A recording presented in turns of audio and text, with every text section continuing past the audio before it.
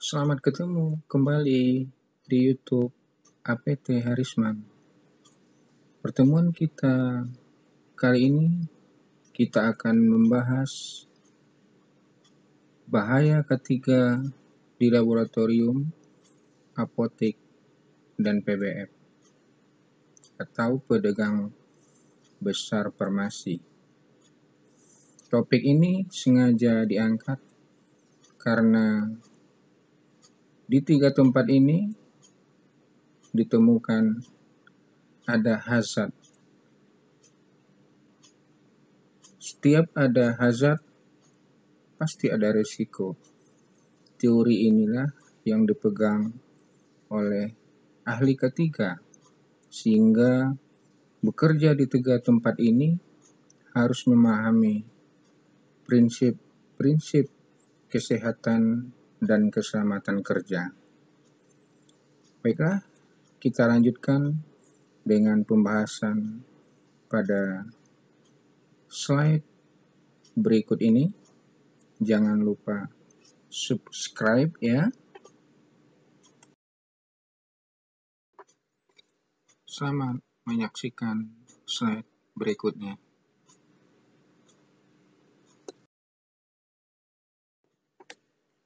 Sebelum memulai pekerjaan di laboratorium, apotek, dan PBF, maka perlu dipahami bahwa 3 tempat ini memenuhi kriteria untuk diterapkan prinsip-prinsip ketiga. Kriteria yang pertama, di tempat ini merupakan tempat yang padat karya. Apa itu padat karya? Di mana bidang pekerjaan dengan tingkat keterlibatan manusia cukup tinggi dan menggunakan bahan-bahan atau zat-zat yang berbahaya, kemudian juga menggunakan teknologi yang cukup perlu harus diwaspadai dan dikerjakan dengan teliti. Prinsip yang kedua adalah tempat ini padat modal, sehingga peralatan-peralatan yang kompleks dengan teknologi tinggi akan memberikan suatu resiko kerja apabila alat-alat yang terlalu tinggi ini tidak dikelola dengan baik. Yang ketiga, tempat ini mempunyai intensitas tinggi, artinya kegiatan pada tempat ini dikerjakan secara terus-menerus, berkesinambungan, bahkan mempunyai waktu kerja. Ada yang sampai 14 jam, ada yang kemungkinannya 24 jam. Dengan waktu kerja 7 hari seminggu. Kemudian di tempat ini juga terbukanya akses bagi yang bukan pekerja dengan leluasa, baik itu keluarga pasien, pengunjung, masyarakat sekitar. Yang ini nanti akan memberikan resiko kerja di bidang biologi dan psikososial. Justru itu tempat ini betul-betul di 3 tempat, laboratorium, apotek, dan PBF harus menerapkan prinsip ketiga di dalam bekerja.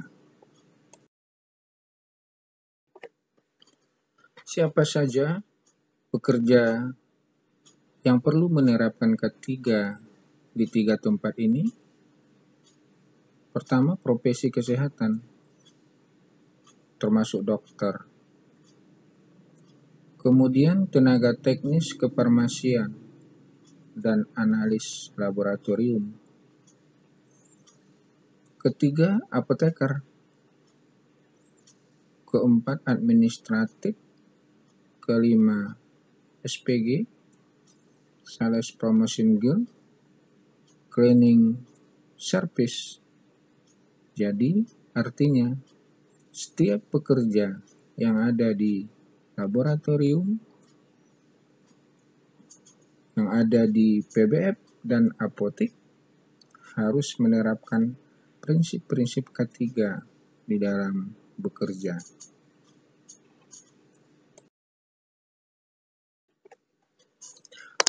Faktor-faktor apa saja yang dinilai sebagai risiko kerja di lingkungan kerja laboratorium, apotek, dan PBF? Pertama, faktor fisika. Di tempat ini, faktor fisika adalah ada bising, getaran, radiasi, penerangan yang kurang, temperatur yang ekstrim. Bisa juga faktor kimia, terdiri dari bahan berbahaya, reagensia, gas, debu, asap.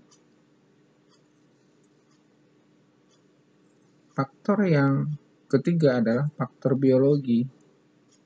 Ada virus, bakteri, jamur, parasit. Keempat, faktor ergonomi,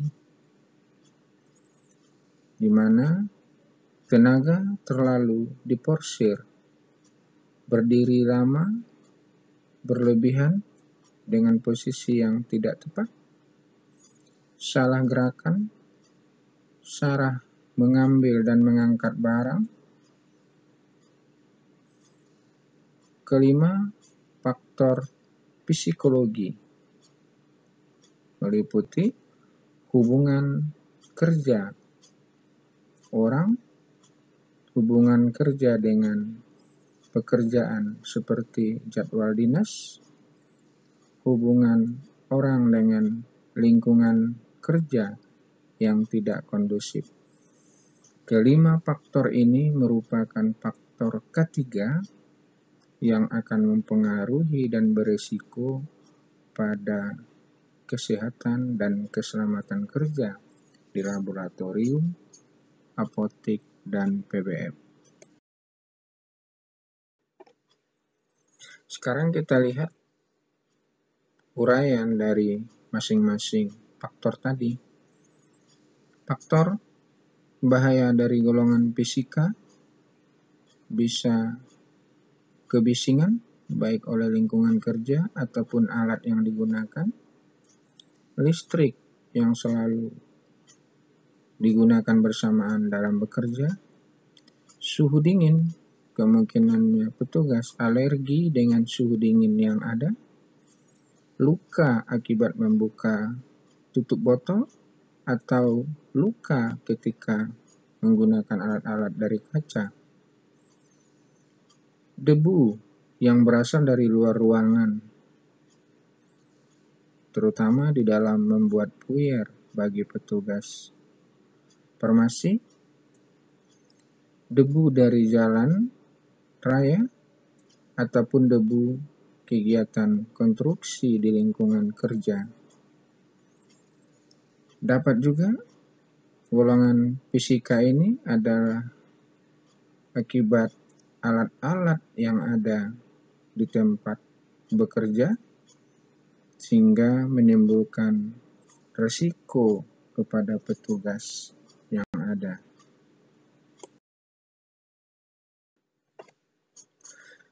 Faktor yang kedua adalah bahaya dari golongan kimia.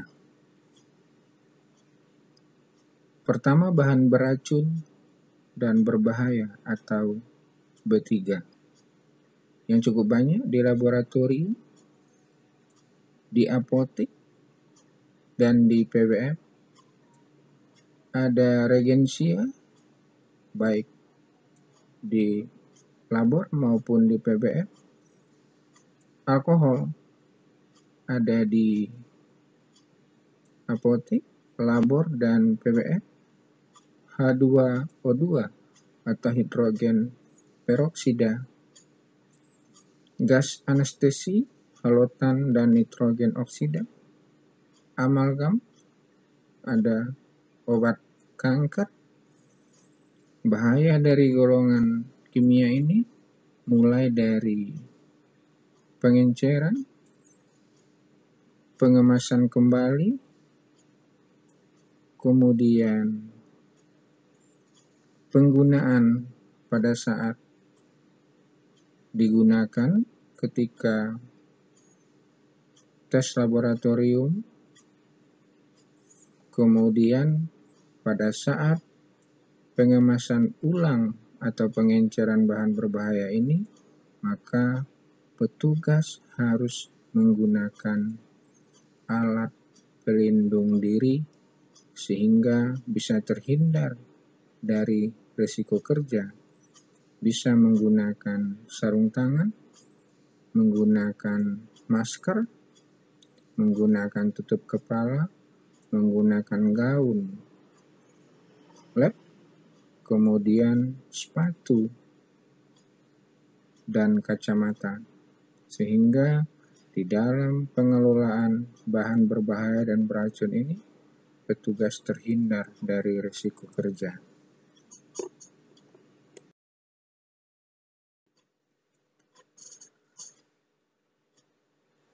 Dari beberapa faktor tersebut, tidak hanya kemungkinan memberikan risiko kerja secara fisik, tetapi juga memberikan risiko kerja terhadap kesehatan secara keseluruhan.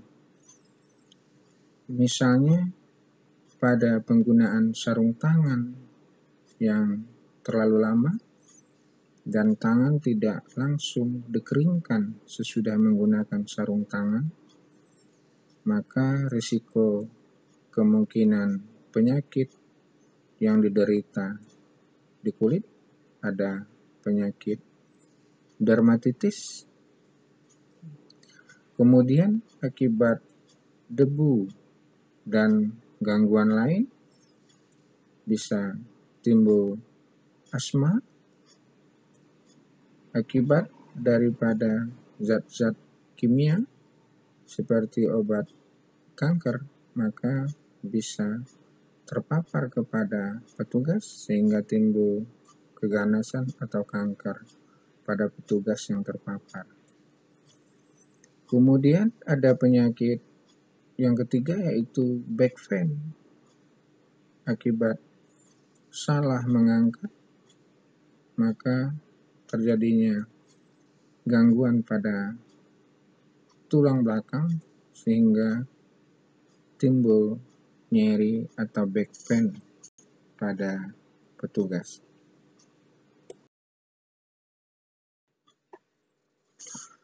Faktor yang ketiga adalah bahaya biologi. Bahaya biologi bisa terjadi akibat paparan mikroba, bisa bakteri. Risiko terpapar bakteri terjadi pada saat mengambil sampel, pada saat pemeriksaan sampel, pada saat menerima resep dan menyerahkan obat di apotek. Paparan yang kedua, kuman virus, bisa pada saat mengambil sampel, pada saat tes labor, pada saat menerima resep dan menyerahkan obat di apotek.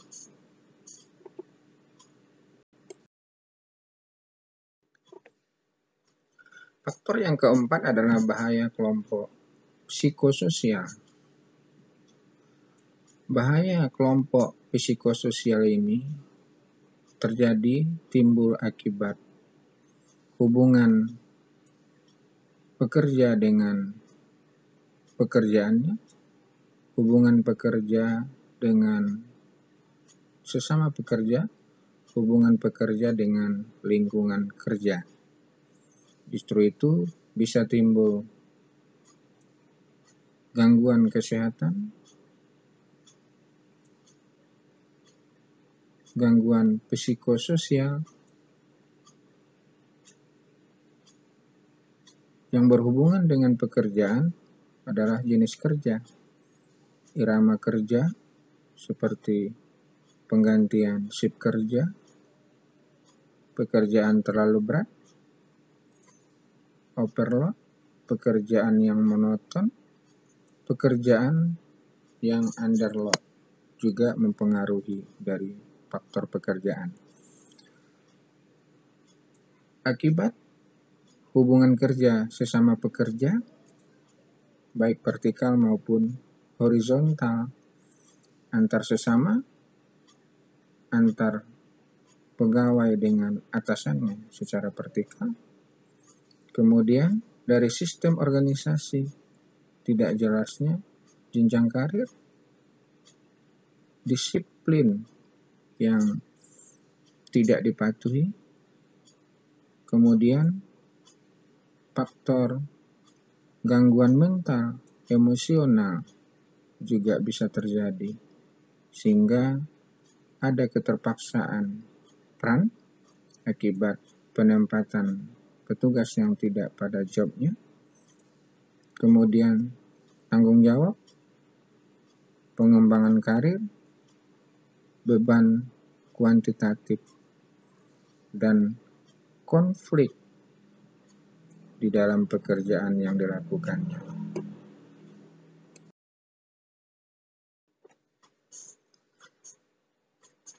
Kelanjutan dari pengaruh psikososial, ada beberapa penelitian yang sudah dilakukan di beberapa tempat bahwa pengaruh psikososial ini bisa menyebabkan gangguan insomnia yang prevalensinya cukup tinggi, sekitar 33,3%. Ada juga penelitian yang sudah dilakukan oleh Rahman TM 2002, di mana pekerja yang bekerja bergilir mempunyai risiko penderita insomnia 2,3 kali lebih besar dibanding yang tidak kerja di gilir. Kemudian penelitian Wahyu ES 2004, penurunan kewaspadaan pada 71% yang terkait beban kerja berlebih akibat pekerjaan yang overload, akan terjadi penurunan kewaspadaan sekitar 71,1%. Ada juga penelitian yang telah dilakukan oleh Untari 2006, pekerja mempunyai risiko hipertensi hampir 2 kali lebih tinggi dengan adanya ketidaksesuaian job.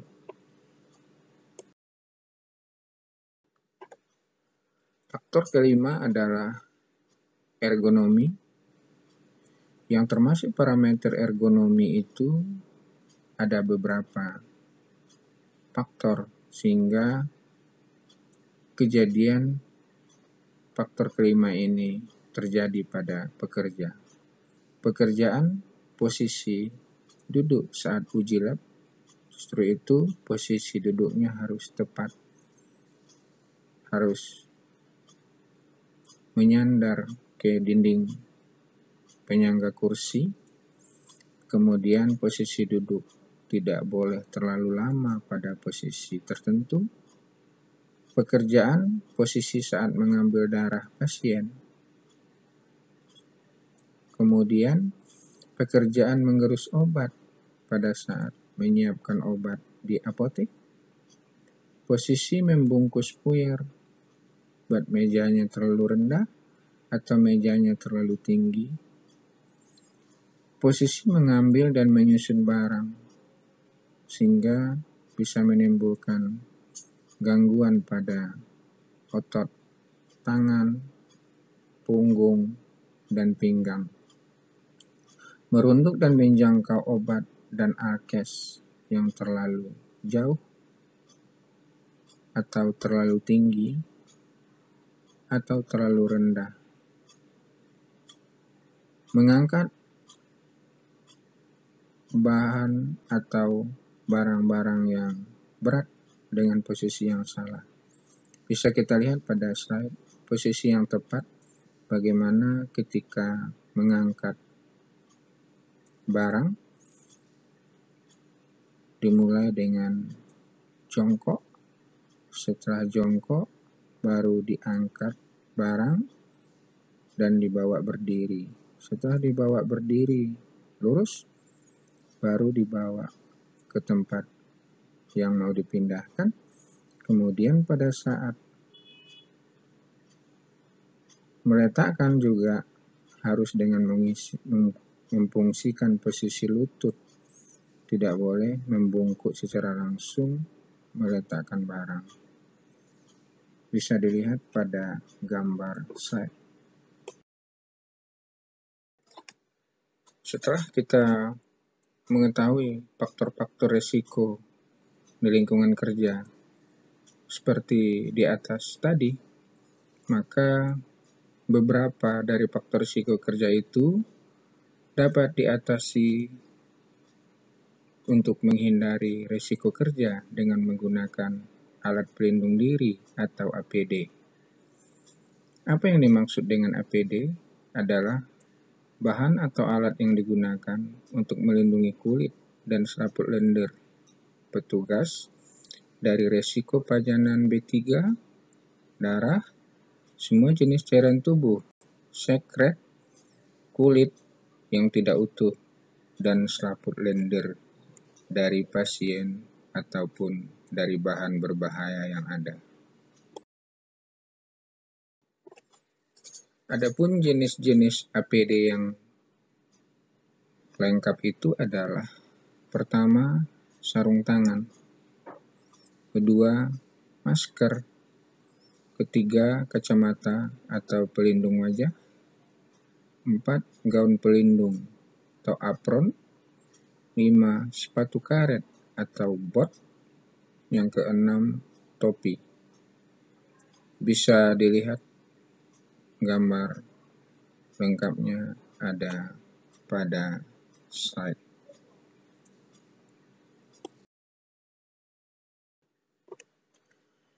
Itulah paparan yang bisa kita sampaikan pada YouTube kali ini tentang manajemen ketiga dan risiko kerja di laboratorium, apotek, dan PBF. Mudah-mudahan dengan mematuhi manajemen ketiga bisa terhindar dari risiko keselamatan dan kesehatan kerja. Mari nilai tempat Anda bekerja sebelum memulai bekerja, identifikasi risiko di tempat kita bekerja, baik sebelum mulai, setelah bekerja. Demikianlah bagaimana Anda di lab atau apotek atau PBF saat ini. Apakah Anda memerlukan manajemen risiko ketiga? Mari lakukan penilaian. Mudah-mudahan bisa diberlakukan manajemen ketiga di tempat kerja masing-masing dan kita terhindar dari risiko kerja. Demikianlah, semoga bermanfaat. Jangan lupa subscribe ya.